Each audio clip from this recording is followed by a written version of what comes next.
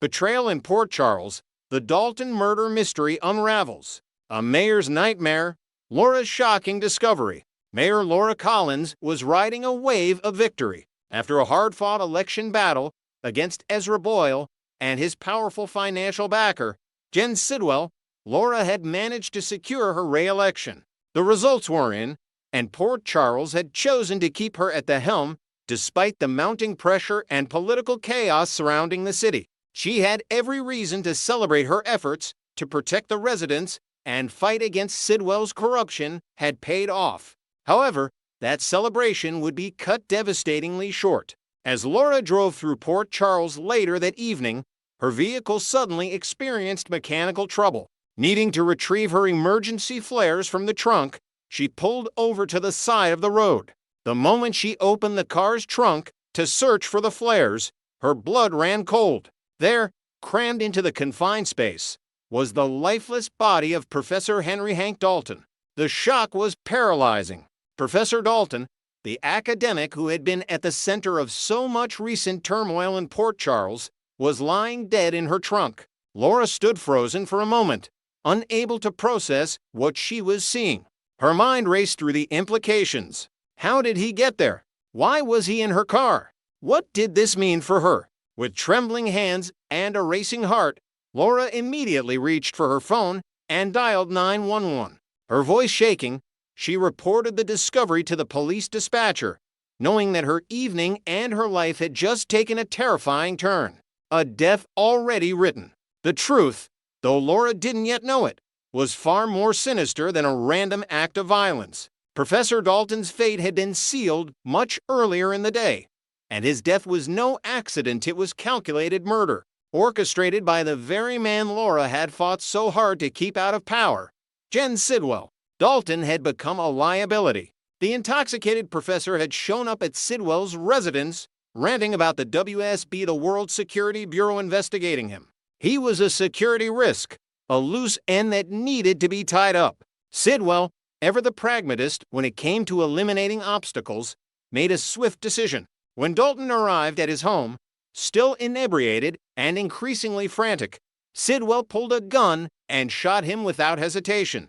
The professor collapsed to the floor, lifeless, as Britt Westburn watched in shock and horror from across the room. But Sidwell's plan didn't end with Dalton's death. The crime boss had something more calculated in mind. He needed to create chaos, to cloud the investigation, to make sure that when the police came looking for answers, they would be led down the wrong path entirely. That's when Sidwell made a calculated decision to plant the body in Laura's car, a bold move designed to frame the mayor for the murder or at least cast suspicion upon her. What Sidwell didn't anticipate was how this move would set off a chain reaction that would eventually point not at Laura, but at someone else entirely.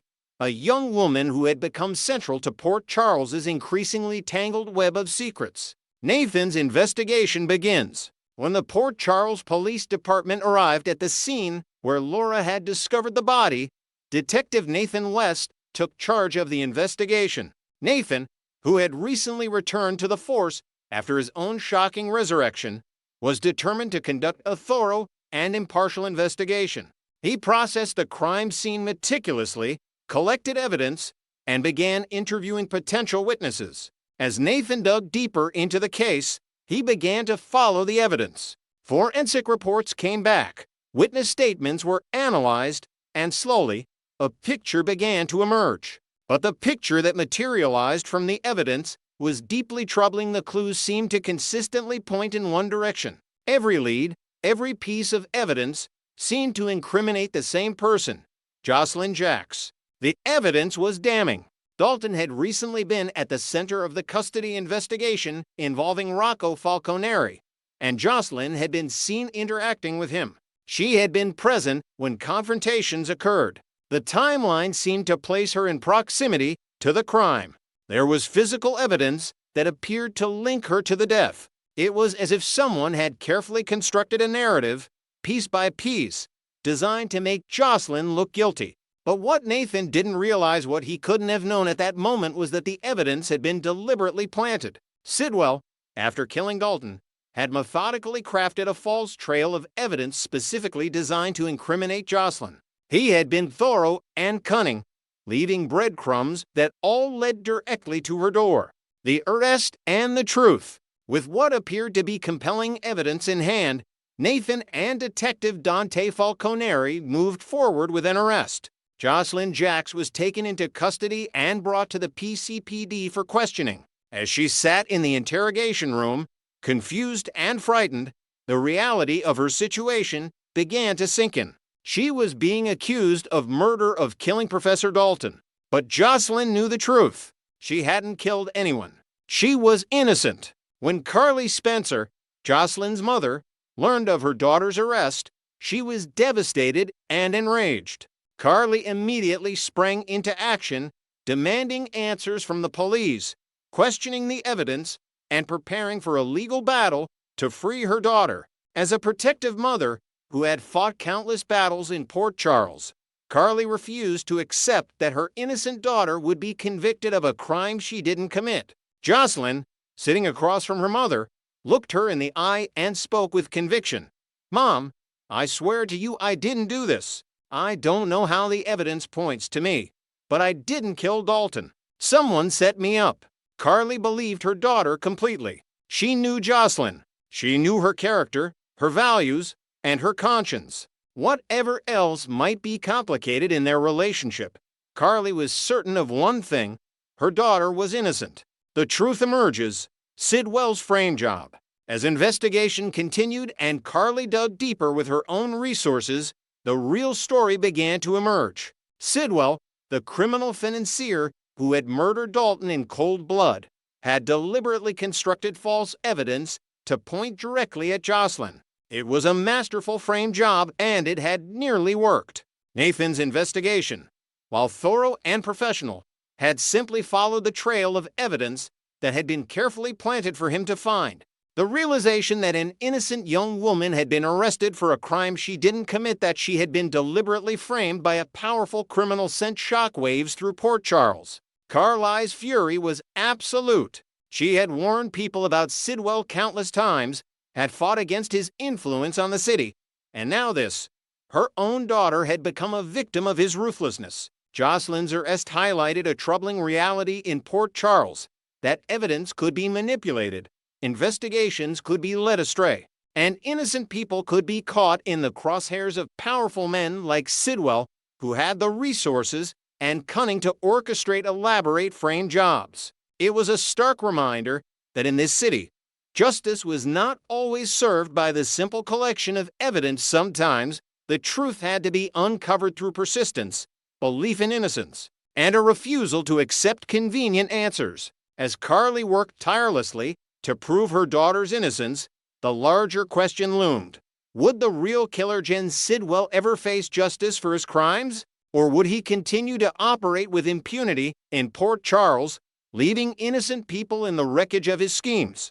The answers to these questions would shape the future of the city and the lives of everyone caught in Sidwell's web of darkness. Next, we will dive deep into the electrifying possibility of a Martin and Tracy romance that has the entire soap opera community buzzing with anticipation. The intricate dance between these two formidable characters has evolved from mere professional rivalry into something far more complex and emotionally charged, creating ripples throughout Port Charles that fans cannot stop discussing across every social media platform and fan forum dedicated to daytime drama excellence. The tantalizing prospect of Martin Gray and Tracy Quartermain transitioning from bitter adversaries to passionate lovers represents a masterclass in soap opera storytelling that only General Hospital could execute with such finesse. What makes this potential pairing particularly compelling is the raw authenticity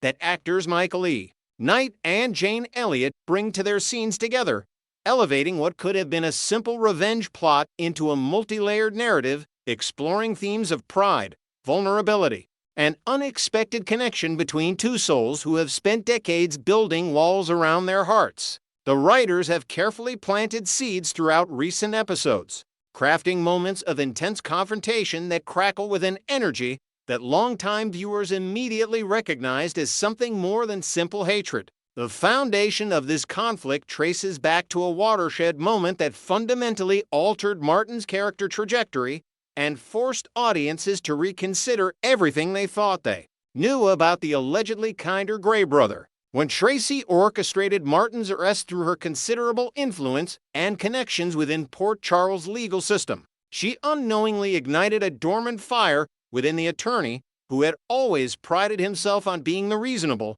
compassionate counterpoint to his more volatile brother Cyrus. This betrayal cut deeper than any of Martin's 3 previous divorces because it struck at the core of his identity as a respected legal professional and fundamentally decent human being. The humiliation of being dragged through the system he once navigated with such authority created a psychological wound that festered into something darker, transforming Martin Gray from the town's moral compass into a man willing to compromise his ethics for retribution. Knight himself has spoken extensively about this character evolution during exclusive interviews, explaining how Martin's decision to forge Monica Quartermain's will represented not merely an act of revenge, but a profound identity crisis that forced him to confront the illusion of his own moral superiority. By manipulating the legal document to divert the Quartermain mansion inheritance away from Tracy and toward the unsuspecting Ronnie Bard, Martin didn't just strike at Tracy's financial security, he weaponized the very skills that had defined his self-worth, turning his legal expertise into an instrument of destruction. The brilliance of this plot twist lies in its psychological realism.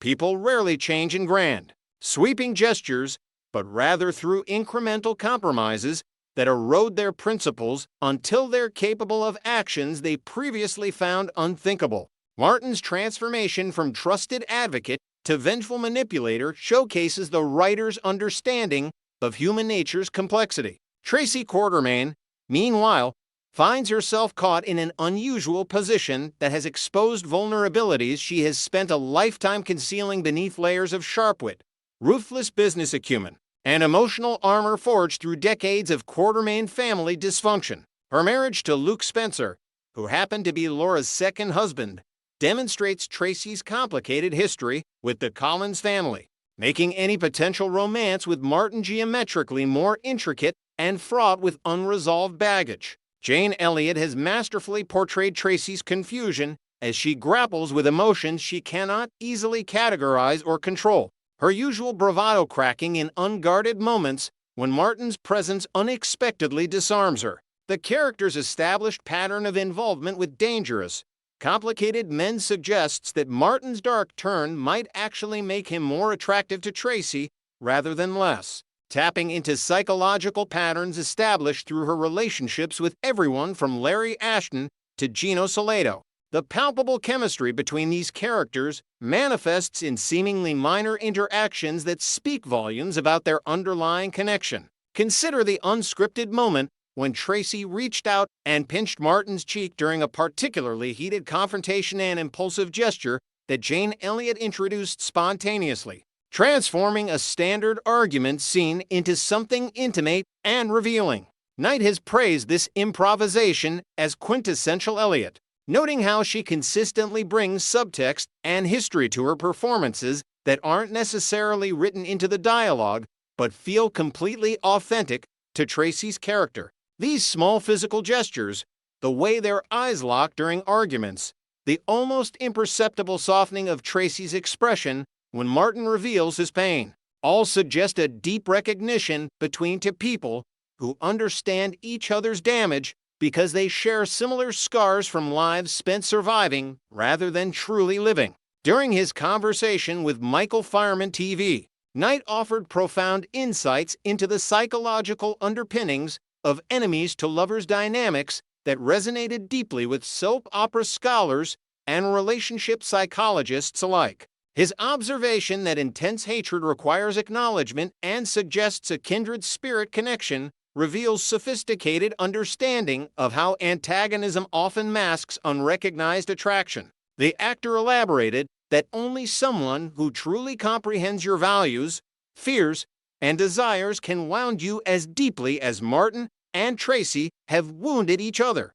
making their conflict a twisted form of intimacy that more conventional couples never achieve. This hate-fueled connection creates a foundation for romance that feels earned rather than contrived, built on brutal honesty and stripped of pretense. Unlike the polite deceptions that characterize most new relationships, behind the scenes, the collaboration between Knight and Elliot has become legendary among the General Hospital cast and crew, with numerous co-stars reporting that the actors often continue their scenes beyond the scripted endings, improvising dialogue that frequently gets incorporated into future episodes. Knight's praise for Elliot's ability to elevate material extends beyond that single cheek-pinning moment. He has described watching her prepare for scenes by developing entire backstories for Tracy's motivations that may never be explicitly stated, but inform every choice she makes. This dedication creates performances that feel lived in and authentic,